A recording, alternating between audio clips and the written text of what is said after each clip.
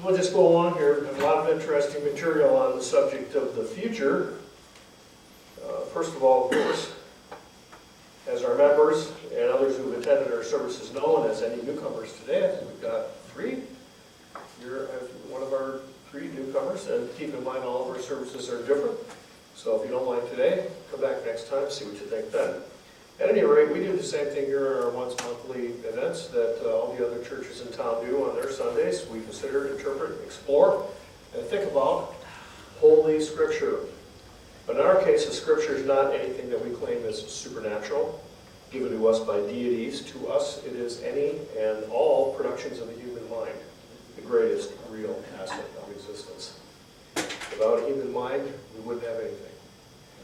Moreover, what makes it holy is that it does come out of that place, out of human experience. And that it represents a part of a serious effort to try to come to grips with and understand the human condition, what it is and what we do with it. The best of this material is worth taking seriously enough to critically examine and question, taking what we can from it that is important and valuable while leaving what we can grow beyond behind. This is, to us, the real attitude of reverence and respect. Worse than to consider an idea or a point of view and to reject it or even to ridicule it is to fail to grasp it at all or to ignore it completely. So today we're going to consider this idea, popular at this time of year, for whom the month is named, the two-faced god Janus, which January is named, the Roman forward and backward-looking god of our passage in the new year of 2019 and the future, more generally. So the 20th century comedian Milton Berle credited as saying, when a speaker tells the graduates that the future is theirs, is that a promise or a threat? There's more about the future as both promise and threat in today's bulletin, but we'll flesh this out a bit more in the next hour or so, and I'm very interested in your ideas on the subject. We don't duplicate what's in the bulletin, but we kind of riff on many of the themes there. So here's our creed of our church, kind of what we aspire to. May agree, but we're also interested, are there things or ways in which you would disagree with it? We don't demand a statement of faith on anything. What we do require, what every single person ought to require themselves, is just enough sanity to realize that beliefs, which is only where thinking leaves off. You're not really thinking when you're believing, you're not really believing when you're thinking. Those two things are kind of two sides of the coin. But whatever you believe ought to be grounded in facts and reason. We put the most effort into our monthly service. Each is different, and we've had very many good ones, which we hope today is one. We once wondered whether we would run out of things to talk about.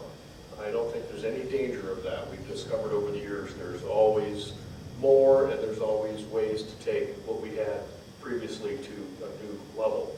But please let us know how we're doing and how we might do it even better.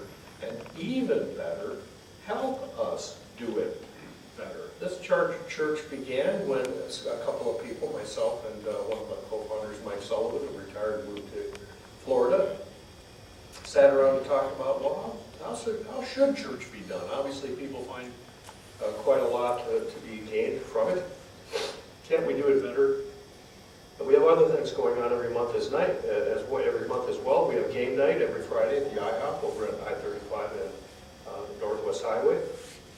And on non-first Sundays of the month, so next week, today, we have Salon, which is kind of an unstructured discussion, conversation over breakfast, which we have over at the Embassy Suites on Bass Pro Drive, just a little ways northwest of here. The food goes away at 10:30, and you need to pay for that. It was $18, but they made to order omelets, and you can really have a nice breakfast if you like. But you don't need to, and if you want to, you can bring your own food, because it's not a restaurant. They just have a large open atrium. If you've ever stayed at Embassy Suites, you'll know what I'm talking about. This is all on the back page of the bulletin, which, if you lose yours, is also available on the website. And we can always do more, but it takes people to come up with ideas, and more importantly, it takes people to put those ideas into action. So give it some thought.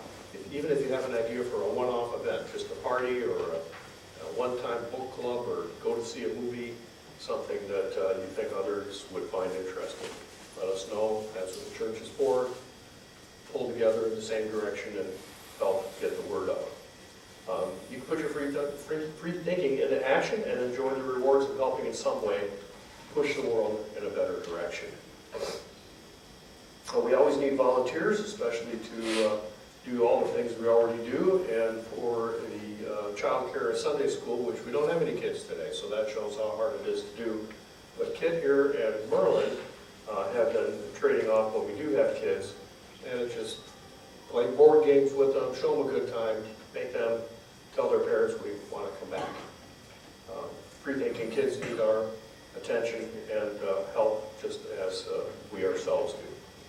Aaron Kelton, who I see didn't make it today, he's our social media manager and posts some of the material from our bulletin. Sometimes it's expanded on this site called medium.com. How many have heard of that? So it's out there. We're trying to get the message, your beliefs and values out more publicly. So you are this church. And I encourage you to think of how you can make use of it to do good things for yourself, for all of us, and for the future, which is, of course, the subject of our service today. So let's begin with a short video about what we can expect in 2019 and beyond.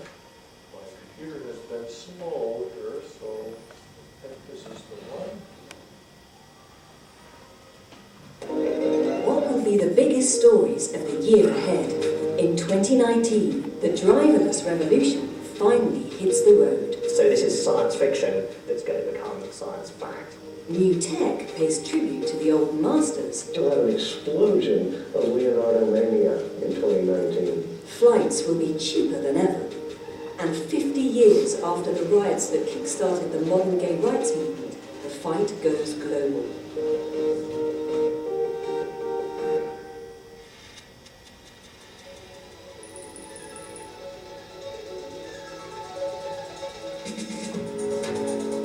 In 2019, power dressing will take on a whole new meaning when this strange-looking clothing hits the market.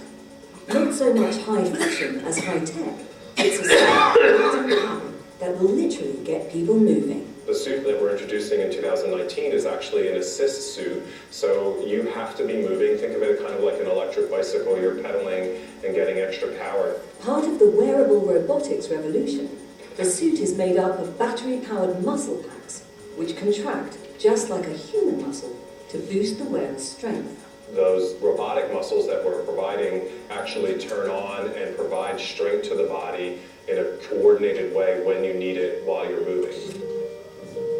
With the global population of over 60s expected to more than double by 2050, and retirement age increasing, there's no shortage of potential markets. In Japan, the average age of a construction worker is 48, so there's lots of demand for the labor workforce.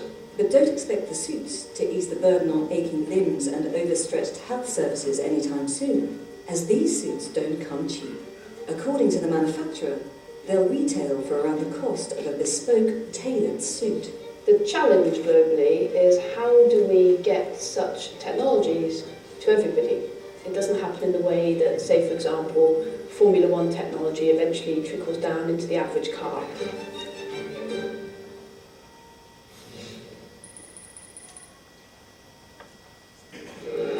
2019 will be the year low-cost, long-haul travel takes off. You'll be able to buy a 10,000-mile flight from London to Sydney for around $350, and this is why. The world will boast 2 new state-of-the-art mega-hub airports, and competition between them will drive down the cost of flying.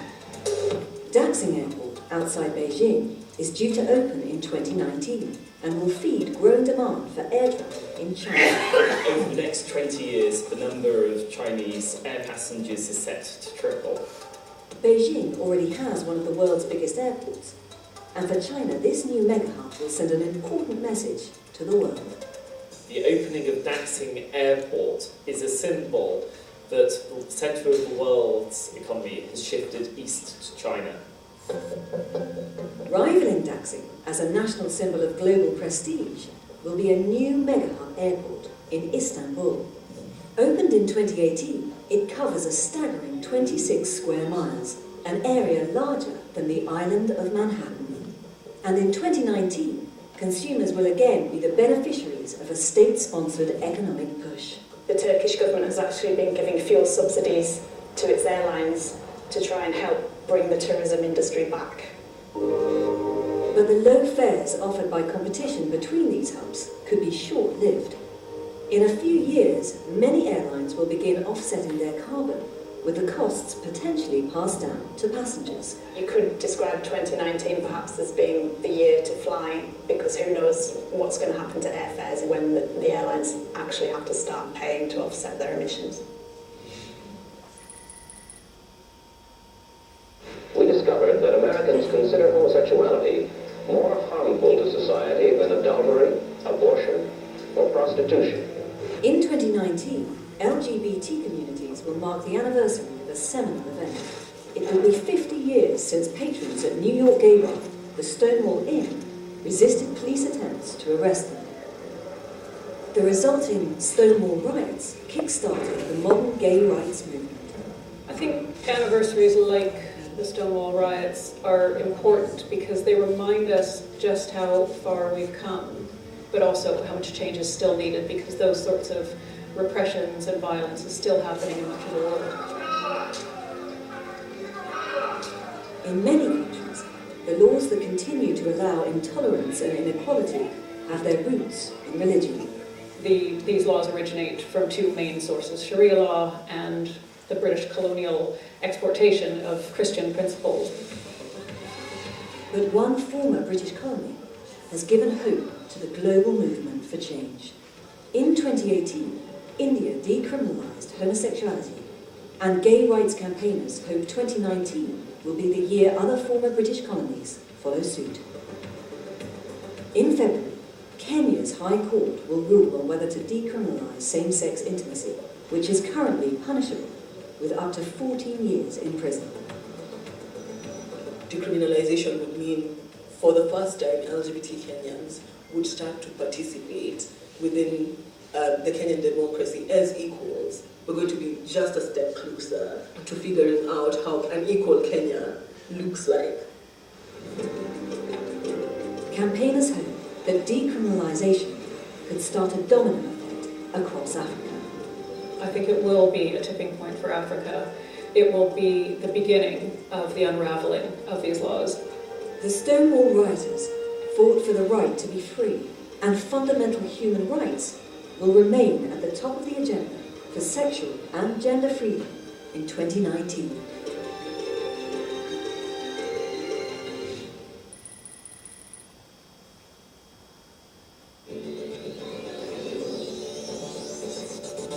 In 2019, people are actually going to be paying to take robo-taxis in some cities in America at least. So this is sort of science fiction that's going to become science fact.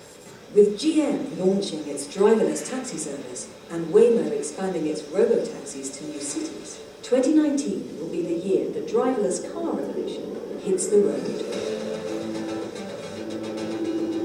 So 2019 is a race to the starting line. I think what gets interesting is when this technology starts to scale up, reach more cities, and ultimately more people have access to this really great technology. Knight Rider. It was hit 1980s TV show Knight Rider that popularised self-driving cars controlled by artificial intelligence. Since then, billions of dollars of investment have fueled the drive to turn the idea into reality. Dubai has committed to a quarter of all trips being driverless by 2030, and the driverless car industry will be worth a predicted $550 billion by 2026. We're talking very, very large numbers, and that number reflects the optimism that this is going to be a very significant technology in the future. But the advance of driverless cars could be held up by a red flag, as in March of 2018, the first person was killed by a self-driving car. At the moment, about 40,000 people are killed on the roads in America alone each year. So imagine if you improve safety by 99%, so you then are talking about 400 road deaths a year. I think that would still be quite a hard sell. That's somebody being killed by a robo-taxi every day. But manufacturers are confident that the inevitable progress of technology will win over the skeptics. there's no cap on what a computer can do in terms of safety. They'll just get better and better every year. I think you could pretty quickly see a flip from I don't want to share the road with these killer machines to I don't want to share the road with these killer humans anymore.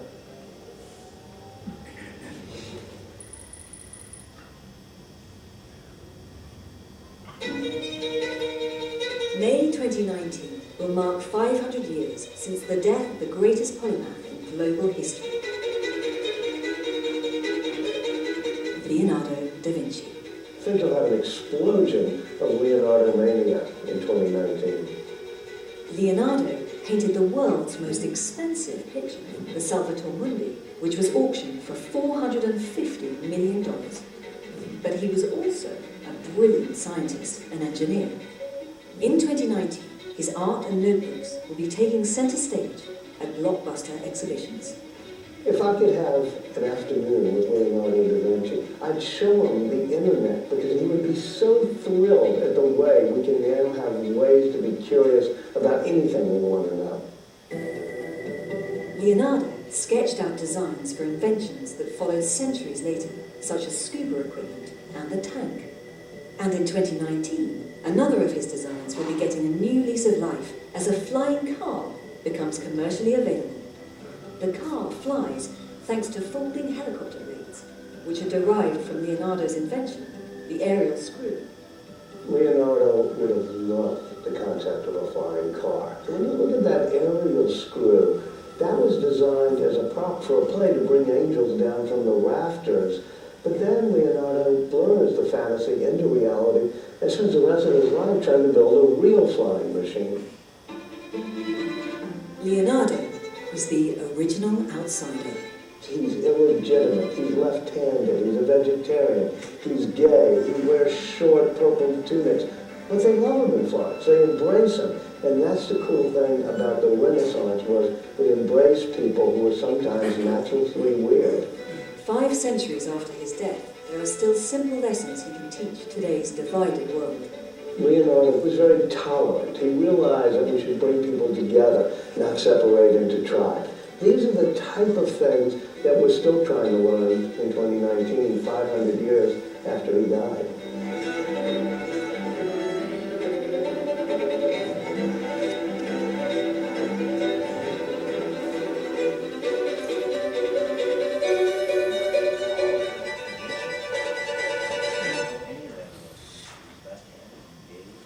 All very upbeat, huh? Well, we can only hope that some of these innovations, if they turn out well, powered clothing and flying cars, will follow the same trajectory that mobile phones, car phones followed, right? That they eventually morphed into the smartphones, affordable smartphones, and even wristwatch phones. Yeah, that are affordable for pretty That's much Star Trek for you. everybody. Yeah, Star Trek type thing. In fact, Star Trek looks dated when people have that. But just think about self-driving videos, self-driving cars, self-driving vehicles a bit more. Fewer traffic accidents and deaths and injuries and property damage, good things. Freeing people from the drudgery and annoyances of driving. You'll be able to snooze or get some work done while you're going somewhere, good things. Maybe some funny things will happen too. People are going to ask to be taken somewhere in a computer, being stupid as all computers are, will take them just where they asked to be, but not where they wanted to go. What about all the people, though, that currently make their living from driving? All the taxi drivers, people who drive 18-wheelers, even tour buses, ambulances. Did you know that self-driving vehicles have been attacked? Stories in the New York Times and other newspapers and on NPR just in the last week or so have reported that there have been about 24 attacks on such vehicles in Chandler, Arizona, the suburb of Phoenix, where Waymo, the company spun out of Google, began testing these cars in 2017. Yeah, I have too. So drivers have tried to run them off the road. They have video of somebody running up and slashing the tires of one of these things. But these are vehicles, they do have their own recording devices, right? Actually, they have emergency backup drivers in them.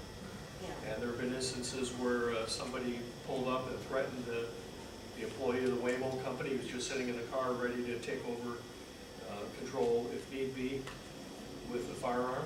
See, With you a pipe.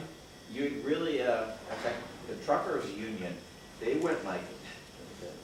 Anyways, these attackers, when confronted, and the company has declined to prosecute any of them, by the way, the attackers have generally said that they despise the new technologies, resent being involved in the beta tests of it, and of course they cite the instance of the, that was mentioned in the video, the pedestrian that was struck and killed by a driverless Uber car last May. You should know there's a greater story behind that. You can check it out on the internet. She's a lady walking her bicycle on the street, so things got wheels. It's loaded up with plastic bags of grocery shopping or something like that, and the way the car was programmed was probably not the way it should have been, and so on. Of course, so far, no humans have been made obsolete by self-driving vehicles. Like I said, quite the opposite. The licensing laws, and this is the thing too, they don't have to pass new laws necessarily to allow for driverless cars. They have to have that driver in there at least to assert emergency control. And of course, there are some cars already that everybody has access to that warn you when you're drifting out of a lane, or that will slam on the brakes for you. So it's already kind of intermediate things. But there will have to be new legislation for not having anybody in that car except for the passenger. In the future, it's expected that these cars will not even have steering wheels or gas or braking pedals. So there'll be nothing for humans to do except maybe turn the vehicle on and off. So what then about people who may prefer to drive? Will they still be allowed to? Are they going to have to pay extra to do so? Maybe a whole lot more insurance in case they hit somebody. Maybe they have to pay a lot more for cars that have the steering wheels that will be needed for a human to drive them. And will we also have, of course, how about airplanes? We're going to have airplanes that will be flown remotely or by robots? Merlin, who's a pilot, is shaking his head yes. We have them already. We have them already. Well, of course, we have military drones. Do we have passenger vehicles driven by robots or remotely by where? We have intercept aircraft that are computer driven. Okay. But you still have pilots there. Does it have human pilots on it? No. But these are military. Yeah. No passenger planes yet, but that's got to be coming. There's nobody telling us where to go. That's got to be coming. Usually those that it's going to intersect in there. So there's a whole lot more ins and outs. Well, that's a whole other area for the future. I didn't even include that in my remarks. But there's a whole lot more ins and outs of the software that the self-driving vehicles are using. Look at this picture here. The car is coming along and turns a corner, or suddenly becomes aware of a situation where the car can strike a pedestrian or a whole group of pedestrians. And it's not 100, but what if it's an animal? What if it's an endangered species? What should the car decide when the choice is between striking pedestrians or killing the passengers? Will owners of self-driving vehicles be able to choose what sort of morality their car will follow? You know, where's the Pope going to jump into with these moral questions, huh? A selling point of self-driving vehicles is that the machine, oh, I forgot to turn this back up here. Turn that off. And then they call it altruism mode if you select... altruism mode, so you would definitely give up your life for an endangered species or something. So a selling point of self-driving vehicles is that the machine intelligence behind them is not specific to the car, but is the same for the whole fleet of cars. They all know what the other vehicles know, and what each vehicle learns, they all learn.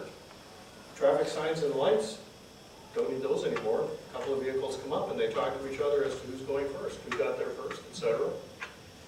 And will this software be proprietary? With each company involved in the technology having its own, or will the government impose some sort of standards or require that a single self-driving AI be used by all vehicles in its jurisdiction? Body shop will close.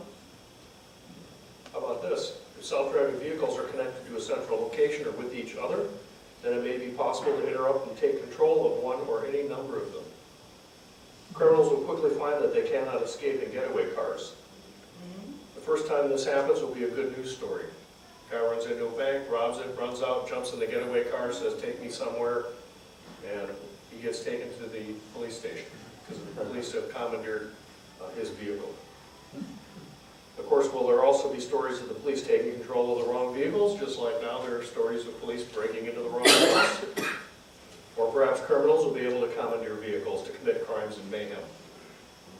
Maybe such criminals might include crooked police, other government officials, or foreign agents. Has any of that been included in any kind of adventure, action, thriller movies? I don't think so. I remember that chase scene in Minority Report. It seemed like that would be the perfect place to have the vehicle be taken care of, but of course it would have put a quick end to the chase scene. What sort of safeguards could prevent the kinds of things that you don't want happening from happening? These are all important matters of public policy, and yet we just see about no public discussion or debate about them. What are your thoughts? I think it's coming. I think so too. And by the time it gets here, people are all going to be in an uproar because there hasn't been any discussion ahead of time. It's just going to burst upon the scene. Laws will change. Yes. Well, they're going to probably, they follow Right. change in the technology and society, then the laws change. We'll see if any politicians incorporate into their platforms or what they're promising. Oh, because they anything don't having to even do know with how Facebook works. You- They you- have no idea what they do. Human nature being what it is, any new technology will eventually be used for crime. Exactly. Somebody's going to figure out how to exploit it. Politicians are last to know about technology. They didn't even know how Facebook worked. They You- asked you- idiot questions. And you wonder whether they'll give up their chauffeurs. They were asking idiotic questions to Mark. Oh, Zuckerberg? Zuckerberg. And he just, I admired him. He didn't smile. He just, Well, and they were asking, how do you sustain? You don't get any money from anything. How do you don't charge your customers? How do you sustain your? I wish I could have talked another 15 minutes about this whole social media Yeah. stuff. I think the technology providers are going to be pretty socially responsible about, what they allow the technology to be used for. I think they're pretty much going to be the leaders in creating restrictions that make people use it responsibly. But you see, there we are putting our trust in people who we do not elect, Yes. right? People do it when they're forced. And some of them will do it, and whether, if there's a way for them to make money by not doing that, they probably will. David? Any technology is resistant at first. People would not go with what they know. Test tube babies, uproar, we shouldn't be doing it, but once it's accepted, then it's no big deal. This technology, when they show safety numbers, incrementally, just like everything else, it evolves. It's not like a one time we didn't drive and now, did drive and now we don't. It's incremental. Do you think that's because people change their attitudes, or is it because the old folks who are up in arms about to die off and the new youngsters coming along say, hey, this is the way the world is? Yeah, when Uber came along, it was interesting at the hotel I worked at. The first year, it was just the kids using it, okay? Second year later, the parents are using it. Third year, the grandparents are using it, and that's when you do it and adapt it. Good point. Well, I don't know about you, but I'm looking forward to Leonardo da Vinci stuff and also the cheaper air travel. Who knows anything about this powered clothing? Wouldn't it feel a bit like someone shoving you around? I don't know, that seems weird. It seems almost like a medical device, but I really couldn't find much in the medical literature about this. What was the cost of that? Well, they said it would cost as much as a bespoke suit, so I guess that's a real high-end type of tailored suit. But again, car phones, mobile phones were big, bulky things that cost a lot of money initially also. What's that? Oh yeah, there could be 500-pound people that will really need this stuff to get more strength. Anyways, I don't think that this is going to be exploding on the scene like they're claiming, especially the cost, but I wonder if the company making this stuff has friends in the media. That's what I wondered when I saw that segment. Anyways, so you saw that was part one, and there's a part two also. So let's check out part two.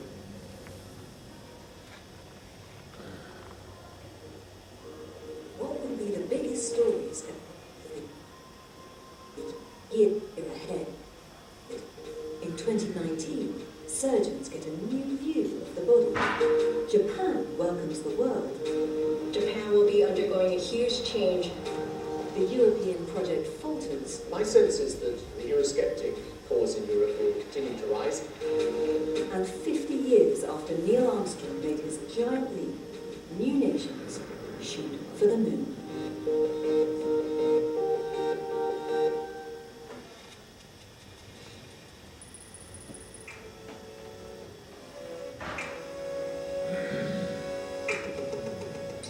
2019 will bring a whole new reality for some patients going under the knife, as surgeons use augmented reality headsets to help carry out operations. The image that you see is quite incredible. I was getting very quiet the first time I saw it, and I was very excited by the capabilities. Doctors at St Mary's Hospital in London are pioneering the use of AR to improve skin graft surgery. We're trying to see if augmented reality can help identify the blood vessels that supply the piece of skin that's required as part of the reconstructed tissue. It's hoped this technology will make surgery faster and safer for patients.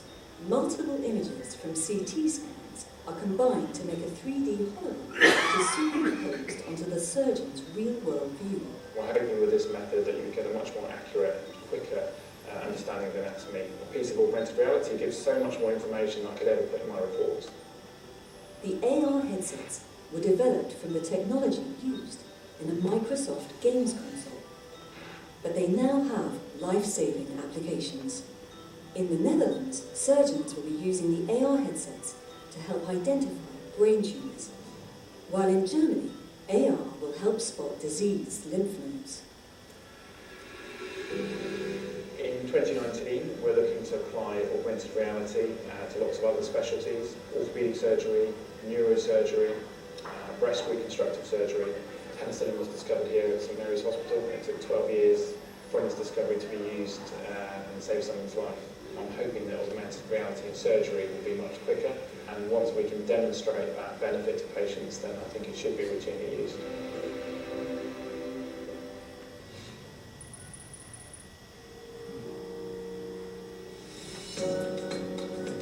In September, sports fans will turn their eyes to Japan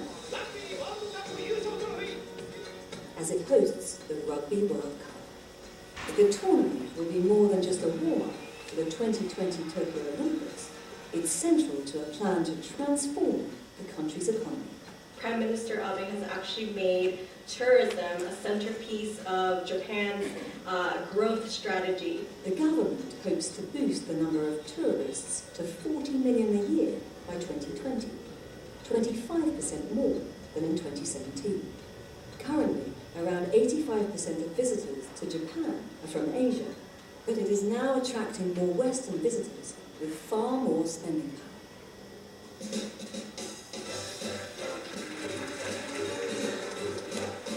In preparation for this boom, a taxi company in Tokyo has organised a competition to test drivers' English. Thanks for taking my taxi. I'm really looking forward to a wonderful driver. Okay, very much. Let's go. The winner only started learning English 4 years ago, and he's seen a steady rise in foreign customers.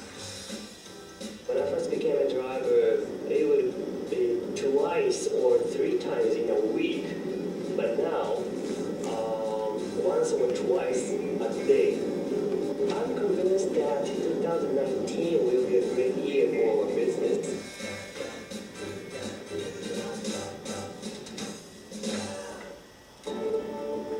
The Japanese government also wants more foreigners to stay in the country. With famously low immigration rates and almost a third of citizens aged over 65, Japan is suffering from a dire labour shortage. But legislation has been passed that will allow 345,000 foreign workers in over the next 7 years.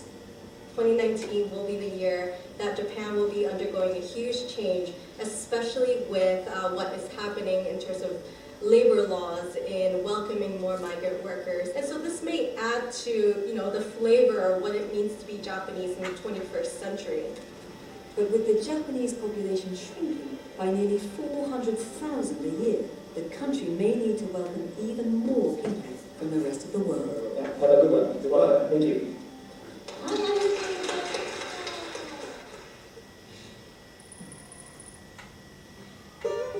You are a rude, terrible person. 2019 is set to be US President Donald Trump's most testing year yet.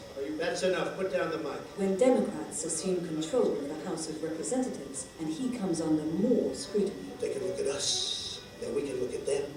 I could see it being extremely good politically, because I think I'm better at that game than they are, actually. Mr. Trump came to power promising to rid Washington, D.C. of corruption and vested interests. We are going to drain that swamp. But this could be the year the swamp really makes the president sweat. For Donald Trump, I think 2019 ought to be pretty nerve-wracking. The amount of subpoenas that are going to be arriving at the White House will make life quite uncomfortable for him. Top of the list for some Democrats is publishing the president's tax returns. Donald Trump is clearly hiding something when it comes to his finances. But it won't just be his financial affairs under the spotlight. The real pressure on Mr. Trump in 2019 could come from the Mueller investigation into Russian interference in the 2016 election. There's not really any modern precedent for the scale, scope, political importance of the Mueller investigation. They got nothing. Zero. You know why? Because there is nothing. If the investigation supports serious allegations against the president, then 2019 could be the year that the Democrats begin impeachment proceedings. But don't expect the Republican majority in the Senate to convict him, or any charges to even make a dent in Mr. Trump's core support across the country. If you look at President Trump's approval ratings, they don't fluctuate a huge amount. I don't see the Mueller investigation changing that. Even if the outcome of it looks very bad for the president, all the cliches will come out. Fake news. Fake news, folks. Fake news. It's a witch hunt. It's a disgraceful situation. It's a total witch hunt. The Democrats' fault. We have Democrats that don't want to approve anything. And I think that would be good enough for a lot of people. This is that moment in time for our country. So for Mr. Trump's political opponents, the real focus in 2019 is likely to be on who they choose to run against him at the next presidential election. Our basic American values are under assault. America's politics were even more divided in 2019 than they were in 2018. But in some ways that feels appropriate. Divided government for divided country.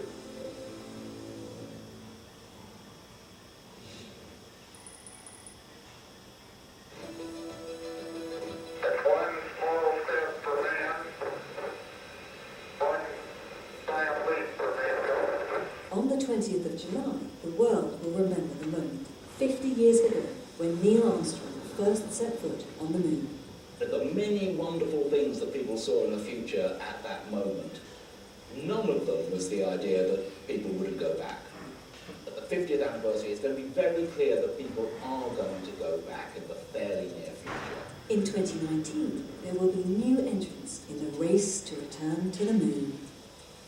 Israeli non-profit organisation SpaceIL hopes its lander will be the first lunar expedition funded by private enterprise. And other companies like Astrobotic in the US are also planning to get in on the action soon. There are two things that have changed since the 1960s. One is that it's cheaper to send things into space and cheaper to send things to the moon. The other thing is that you can do more in space or on the moon with less. It's a sort of thing that can be done with sort of like private money, a bit of government involvement, and a lot of enthusiasm. And that's kind of exciting. Not to be outdone, China's lunar lander should also touch down in 2019, making it the first craft to land on the far side of the moon. But there is more than just prestige at stake. We realise that at the poles there are resources that could be quite useful for people. There's frozen water, maybe frozen methane, carbon dioxide, and that in turn makes the idea of a permanent settlement on the moon more likely. And it will no longer just be men taking giant leaps. The American astronauts who went to the moon, they all looked back on the Earth with the perspective of white American professional men. No woman has ever seen the Earth as a whole. No one of colour has ever done this. That will all change in the next decade. And that will mean that the world will be seeing itself through a wider range of eyes, and that cannot but be good.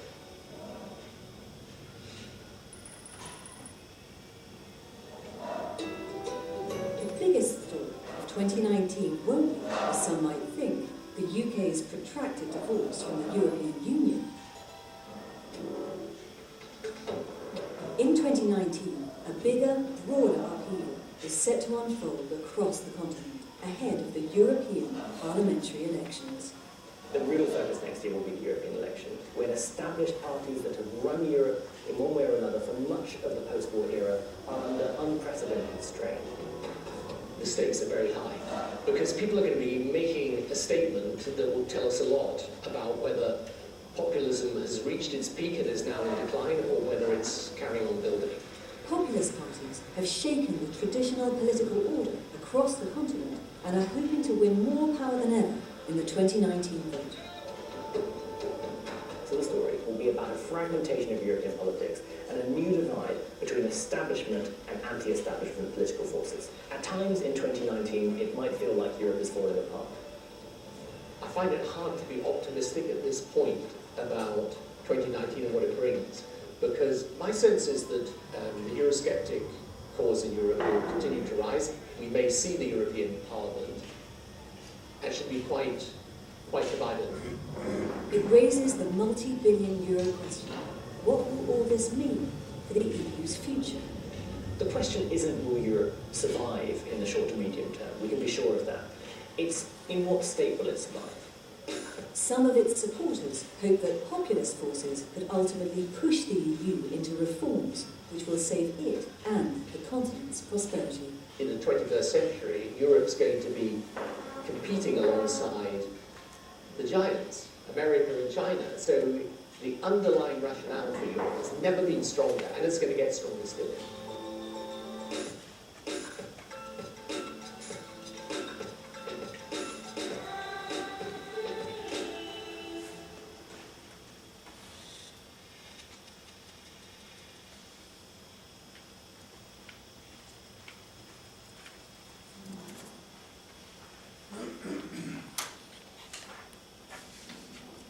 Well, I can hardly wait to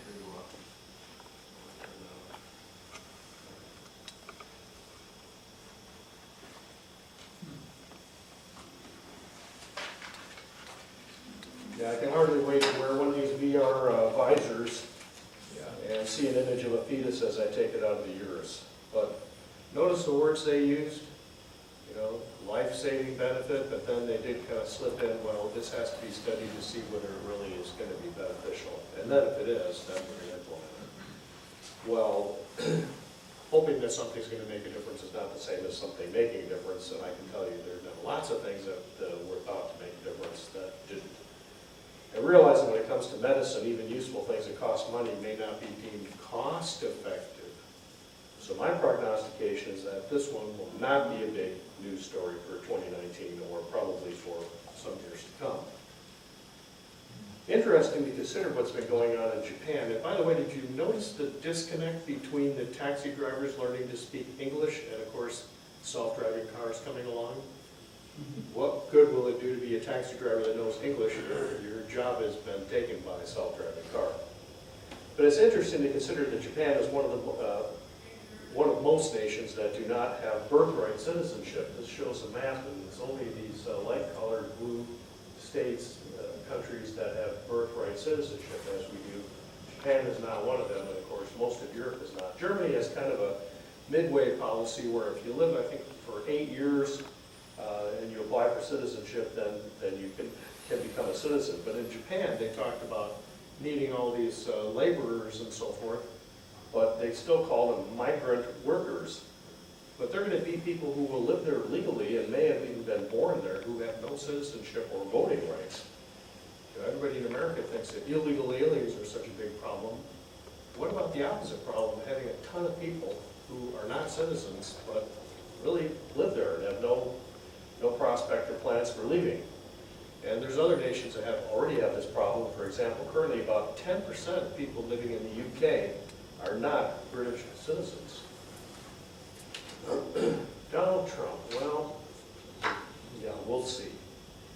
He hates to even touch this subject given the divisions about it, but if anything may reflect well on the genius of James Madison and the U.S. Constitution, who created the conditions of governance of the federal government, where there are many more incentives and possibilities for our would-be overlords to be at each other's throats than to combine their efforts against American citizens, and that cannot be a bad thing. Of course, any of us are free to feel sorry for and feel that this or that politician or party is being unfairly maligned. And this is not a matter of saying that they're all alike and that they're all equally to be blamed. It's not a dodge. It really is almost certainly unfair to suppose of anyone that a politician or political party that they support means that they have an unqualified approval or worship of that politician or party, and maybe people would get along better if they kept that in mind. Rather, think of the Anna Karenina principle. How many have heard of that? That comes out of the Russian author Leo Tolstoy's novel of the same name, which begins by saying, all happy families are alike. Each unhappy family is unhappy in its own way. And just substitute politician, political party for families, or even a way of governing. As Winston Churchill famously said, democracy is the worst way to run a country except for all the others. So this is an important idea. When something is good, when it works, it's because everything important is functioning. But when something goes bad, when things don't work, it can be because any one or more of the important elements has gone wrong. So there's many more ways for things to break down than there is for them to work right. It's almost like a principle of entropy. There's very few ways that a room can be straightened up, but lots of different ways it can be disorganized. Does that make sense? And if it doesn't, then may I simply suggest that we not let anyone we dislike, least of all anything to do with politics, over which none of us have any real control, spoil our ability to relate to others productively and in a satisfying way. Life is too short. I don't know about you, but I definitely am looking forward also to remembering the Apollo 11 moon landings, and I think Neil Armstrong died just a little over 6 years ago now. Meanwhile, the Chinese are the first to land on the moon with a robotic rover since the last Soviet Luna 24 mission in 1976. That's how long it's been. And that mission returned a sample of 6 ounces of lunar soil. As the video said, the Chinese landed in the South Pole region of the so-called dark side, or actually far side of the moon, which always has its face turned away from the Earth, right in this region here. Their craft included a robotic rover. The Chinese craft landed in this area that's thought to contain water ice and might be a good location for a future lunar base. Of course, the Chinese would never be thinking about that. You know, they're only building islands and stuff to expand their territory. Besides the rover, the Chinese probe contains a sealed chamber containing the plant rockcress, a very popular plant in scientific research called Arabidopsis. And also this little chamber has some silkworms. They're going to see, you know, this little microbiome kind of thing can function and how it will work on the moon. Europe, clearly the future is in doubt. Any of you have any thoughts about that? Is it even important to us? We've come under a lot of criticism from Europeans for being divided and having messed up politics, but they're going the same way. Well, the bulletin today mentions some trends in technological progress that, besides offering tremendous promise, also have potential as threats to human civilization, and sometimes are termed disruptive technologies. These are things that are possible game changers, with the threat being that no one really knows how they may change the game. AI, or artificial intelligence, which currently relies on machine learning methods, is perhaps the #1 thing that you'll find if you go reading up on this.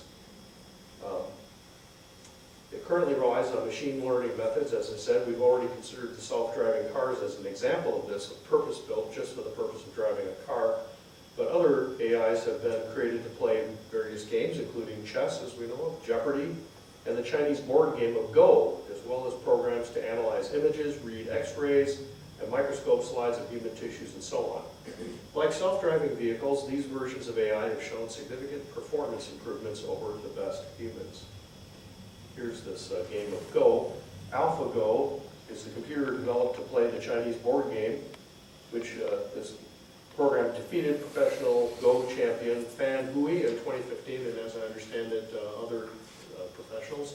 David knows more about this probably. Well, AlphaGo Zero blows all that away, because AlphaGo Zero, without being taught at all, so just the rules, it learned how to play superhuman within just days. Yeah, and by playing itself, right? Yeah, so completely figured it out itself. Set the computer up to play itself. This Fan Hui guy that the machine defeated in 2015 had this to say about it. This guy was then hired by the AlphaGo team, and he said, AlphaGo represents not only a scientific and technological advancement, but also a milestone in human understanding of Go. Unconstrained by human biases and free to experiment with radical new approaches, AlphaGo has demonstrated great open-mindedness and invigorated the game with creative new strategies. In other words, humans have learned from watching a computer. And some of the humans who have played the computer have said it felt at first like they were playing an alien because it was just not, it was doing screwy things that they would not expect a human to do. So this is the interesting thing about AI. It's not just a matter of besting humans at a task, but of helping humans learn new things about the task in question. Maybe these self-driving cars, while they're being implemented and these in-between driving assists, could help make us better drivers. And something of the same sort seems to be involved in AI image analysis, where the computer appears to be making determinations like looking at a microscope slide and diagnosing cancer, but is basing its decision in part on things that humans are not paying attention to. Now, as far as a singularity happening, in which an AI develops sentience and then takes over the world and exterminates humans, and by the way, it wouldn't look like the Terminator, right? It would for sure look like a robot with a big smiley face and, I love you, as it kills you. But this just doesn't seem to be a risk in terms of these specific purpose programs where a machine can learn to be much smarter than a human at a particular task. Where there could be concerns is with AI projects aimed at developing general intelligence about a wide variety of things, if not everything, just all the kind of inputs that babies are exposed to that turns them into people like us, doing that with a computer. So if such an AI became sentient, then questions could rise about whether the values and interests of the AI would align with human purposes and goals or not. Technology entrepreneur Elon Musk, you all know who he is, founder and co-founder of such companies as PayPal, SpaceX, and Tesla, and also I think a company called Neuralink, where they're looking at making connections between computers and the human brain. But he said this only a few months ago of AI. It could be terrible and it could be great. You can just imagine him saying this in his inimitable voice. It's not clear. One thing is for sure, we will not control it. And yet this is true of every single child born, isn't it? Eventually every newborn becomes another autonomous human that assumes control over its own thoughts and actions. It's just that no human is ever able to in turn control all the other machines on the planet at the speed of electrons, about 1% of the speed of light. As more and more progress in AI technology is made, and given the speed, power, and ability of computers to process much more information than a human is capable of, this so-called singularity is probably inevitable. There's just no way to see that it won't happen. If it doesn't happen in 10 years, it may be 100, but it will happen. This is the direction of the technology. But it almost certainly won't be as many imagine. The emergence of some kind of superhuman consciousness, emphasis on human, that will wake up and start interacting with us as we do with, say, ants. In fact, it may never be a consciousness as we understand the idea. We don't even know what consciousness is. We can see how the body works, and we can emulate how its joints function and so on, and make robots that walk around and all that. But we have no idea how the brain works, how brains give rise to minds, or even what minds are. The nature of consciousness remains a huge, unsolved problem, and this has come up again and again at our salon meetings over the last 10 years plus. Some believe that it might even be an epiphenomenon. You know, free will is an illusion, and the idea that you really are in control of your actions has no more causal effect on your actual behavior than the whistle of a train has on the locomotive pulling it. We do understand dimly that human consciousness, our own minds, were not produced by the sort of intelligence, specific or general, that we're developing in computers today. Rather, our general intelligence appeared as a byproduct of the overwhelming evolutionary pressure to survive, and specifically to survive as human beings, as members of a highly complicated social species that we are. That is, our minds developed and were selected for reasons having nothing to do with any reasons that we now have for creating general AI. Evolution created our minds, and for all we know, we are the only species on the planet with minds like ours. Intelligence is one thing, mind is something else. Our consciousness exists, we think that the best ideas are that we need to simulate the minds of others in order to compute many possible scenarios of interaction with others, and then continuously to select the most advantageous courses of action. And of course, babies start with reflective, instinctual kinds of behaviors. They're cute, they cry, I will say, some cry blood-curdling screams that you would not want to have to put up with, but many are good babies, right? They sound cute, they attract us, they cause their caregivers to want to take care of them. And that's part of the development of the human mind. All one has to do after that is to look at the products of human art and literature to grasp the most important elements of this human need to have a mind revolved around, after the need for food and shelter, to get your parents to take care of you, mutual protection, the family relationships that then lead to the next generation, childbearing and child rearing. So our minds work to simulate the minds of a newborn, and they scream and holler, or a small child, and we try to simulate what it is that they need so that we can take care of them. You know, the oldest story in the world, the Epic of Gilgamesh, is a story of human friendship. And the famous story of Homer's Iliad, also one of the oldest stories in the world, is about what? It's about a war fought over men for the love of a woman, right? So it may be doubtful that we will be able to create a machine that can think like humans in this way, even if it does so a lot better and faster on what we ask it to, until and unless we better understand how our own minds work and how they came to be. And perhaps, like the AlphaGo computer, AI may turn out to have its chief use in helping us to learn about our own intelligence, and that our own minds are about more than simply crunching numbers. Now here's another interesting thing. As many of us know, there's been ongoing debate for a long time about human free will. I just mentioned that. There's simply no scientific evidence or reason to suppose that human behavior is anything other than the result of what physically goes on in our brains, molecules, and motion. There's no supernatural soul, right? And the exact same thing will be true of what goes on in any AI we may build, even if AI is built to alter its own programming to the point where we don't even know exactly what it is doing in the black box, what it's computing, or how it's arriving at its output or behavior, which is already beginning to be a problem. But now in the case of humans, advances in neuroscience are beginning to allow us access to what had previously been the private and subjective experiences of individuals, the black box of the human mind. We're beginning to be able to hack the human brain, at least in the aggregate. That's how advertising works, right? That's how hackers work, a lot of them, where they send us emails asking us to open things, and oh my gosh, it's from my bank. I'm going to lose access to my account unless I open this file, which, boom, gives me a virus.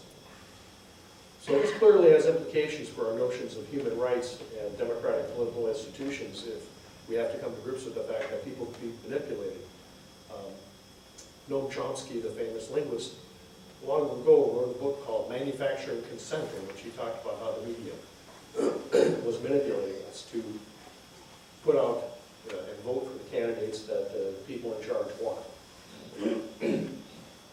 But with respect to AI, this means that if we ever can create AI that seems to have free will, or even an AI that says, hey, I have free will, I have consciousness, I have a mind, we're going to be able to hack that as well, maybe with other AIs. Because AI will never have any more free will than we ourselves have, regardless of how much more computational power it may have. Yet another intriguing possibility is that AI may come to be directly connected with the human brain, again, to not augment our understanding of things in this slow process of looking at its output and thinking about it, but by being directly connected. So we already connect with our machines. We drive our cars, obviously, and in doing so, we function as a kind of human-machine hybrid. When you get in your car and drive away later, you're a cyborg. We sit at our computers and interact with them through monitor screens and keyboards and mice and so on. When you do that, you're a cyborg. It's just that all of these connections are so slow and cumbersome. You know, the I/O connection is so primitive. What if you could directly interact with computers and AI through neural connections? There's already work underway to achieve this. Initially, they're trying to make prosthetics work better. So if you connect a prosthetic to a person's brain, then their artificial limb can actually operate like a real limb to some degree. And that brings us to another potential disruptive technology, and that is the big area of biotechnology. We are rapidly acquiring the ability to control the expression of our own genes, or even to remove, repair, replace, or add to our genome. These technologies have enormous promise, but they also promise to threaten our sense of what it means to be human. It's going to cause us to have explicit discussions and thought about what identity of being yourself is. Tinkering with crop plants, of course, is one thing. We've always done that. But what about tinkering with ourselves, human animals? Even if they pass laws against human genetic manipulation, are they really going to pass a law saying you can't put human DNA into a cat? Maybe they don't need it. It might make them dumber. What about putting, expanding the sources of organs for transplant? Maybe that's what's necessary to get more organs for transplant, to genetically transform some animal tissue, or for other reasons. People might do it just to see what happens. Again, what do you think of these things? Edwin? What do you think of that? Right. Yeah. Caught him nodding off. Sorry.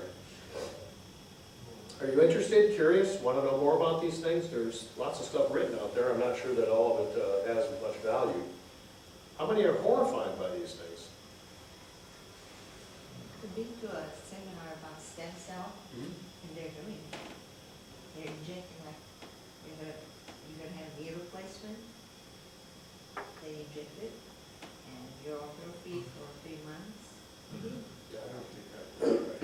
I should say, with respect to that, there's poor evidence that it works, but in theory it should work, or could work, and there's people doing it and charging for it, for sure. If they can get your money, it will be done. That's another thing. Not just, people don't do things just to see what happens, but also if they can find a way to get your money.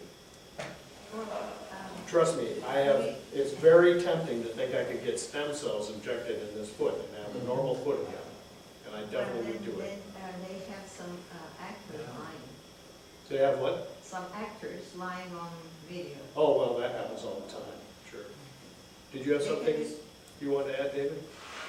It's the, all change is scary, but it's the rate of change that's accelerated that makes it scarier.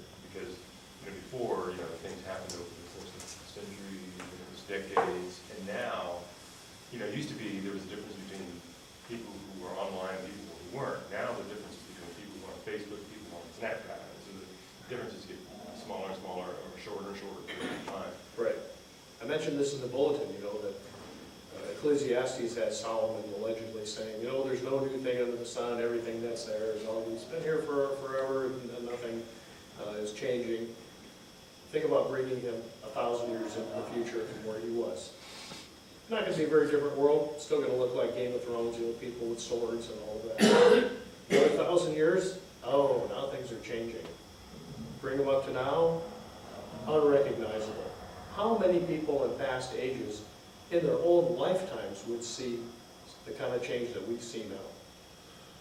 I remember my grandparents talking about a time before there were cars going everywhere. And now nobody can imagine a world without cars, unless you go to some third world country where that's what they're up with. And this biotechnology is probably going to be the same thing, like David says, scary at first. Already there's you probably heard the news report, this Chinese scientist claims to have edited the genes of children when they were embryos with the goal of making them more resistant to HIV. You should realize that it's quite unclear whether he was really able to do it. First of all, I don't think he started with a single fertilized egg, so one or more of the cells might have got modified, but maybe not all of them. So who knows? It's being investigated. We don't have the whole story, and that probably won't. By the time we do get the whole story, somebody will have done it for sure. We haven't even touched on the subject of global warming and climate change. Sea levels may inundate low-lying centers of population and whole island nations, like this place called Kiribati, and saying it may just basically disappear under the waves. On the other hand, higher levels of greenhouse gases may extend the growing season in Canada and Russia. You think that Putin would object to all of those Arctic cities becoming seaports and the Northwest Passage actually becoming commercially viable? Maybe reasons for not everybody to agree about global warming needing to have something done about it. What about other energy sources? When are we going to get the limitless energy of fusion power? It seems like every time you read about this, going back years and years, it was just another 25 to 30 years away. And finally, also neglected to address. What else have we neglected to address? Nuclear war, or maybe nuclear terrorism, the creation of a useless class, all these people that not only don't have jobs, but are basically unemployable, there's nothing for them to do. new diseases or biological terror, super volcanoes, like to say that Yellowstone National Park is sitting on top of killer asteroids. Of course, so many of them are things we don't have any control over, but the things we do have control over, those are things we better start thinking about now. So, what do you think? Any other comment? I think we've probably run through our hour, but we can spend more time over at Jason's when we get there. Well, it's 11:42, so I hate to see people nodding off, but I'm tired too. I think one of the big questions about self-driving cars is, the biggest question probably is how is it going to transform the insurance industry? Yes. Because now, once people are no longer responsible for the accident, where does the responsibility go? Is there no responsibility? Is it product liability? What is it? Will people stop buying auto insurance? Will the auto insurance industry feel threatened? Well, of course, if just accidents happen, I would think that insurance would continue, but probably would evolve towards a no fault, a true no fault, where the lawyers were excluded, especially, I mean, think about it. If you go from 40,000 people being killed in traffic accidents, traffic mishaps a year, to 400, now with all that money we're paying for insurance, I mean, you would actually pay less for insurance and still have money left over to compensate people who were injured. What about the slide industry? What? Repair shops. Yes, and think about the repair shops. They'll have less body work to be doing. Positive impact is huge if it really happens quickly, as some people think. It just seems like that could ultimately be an economic collapse, just a total impact. Yeah, we could. There's still that threat as well, especially with these undersea truck drivers or something, or maybe, I mean, even like the minuscule number of coal miners had an impact in the last election, arguably. Now you're talking about putting 1 million truck drivers out of work next year or something, or 10 million. Now just. Well, it's not an accident that there have been stories in the news about universal basic income. Because how are people going to survive? Then again, if you have no political power because you take no part in the production of goods and services, how well are you going to do getting the government to give you anything adequate to live on? What happened to people when computers were introduced to everywhere? All the businesses and even grocery stores. What happened to people, accountants and stuff like that? They did get trained on other areas. Mm-hmm. Yeah, question is, for how long are there going to be other areas? Did you have something to add? Yeah. Yeah, I was even on the truck drivers. I mean, how many small towns depend on their visits, stop by, refuel. Right.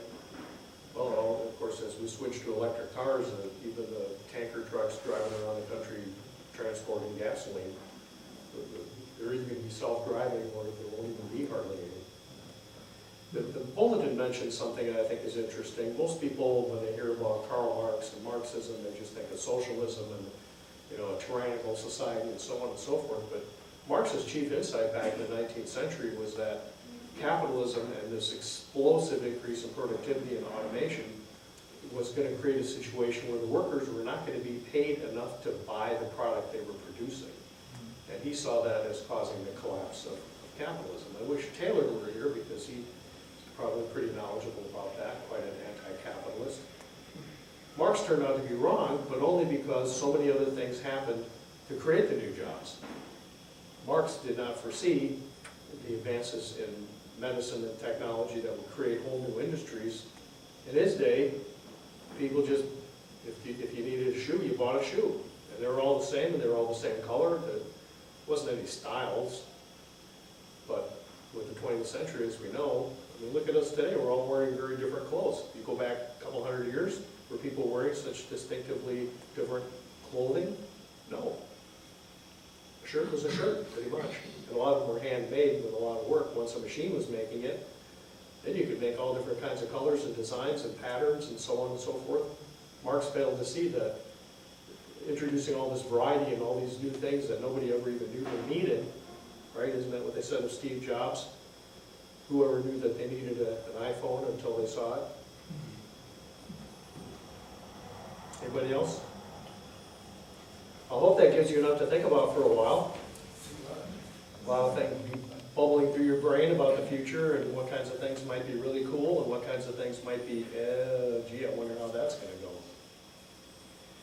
Now, what does this have to do with religion anyways? Why would an atheist church even be talking about this? Well, what could be more appropriate? All these traditional religions all have their prophecies and prophets. And what did they ever predict? That there would never be anything new under the sun.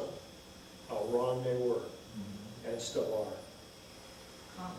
If you ask Muslims in Turkey, pious Muslims, If you ask them what? really religious, really. Yes, ask the real super religious. Right. Whatever Western civilization either discovered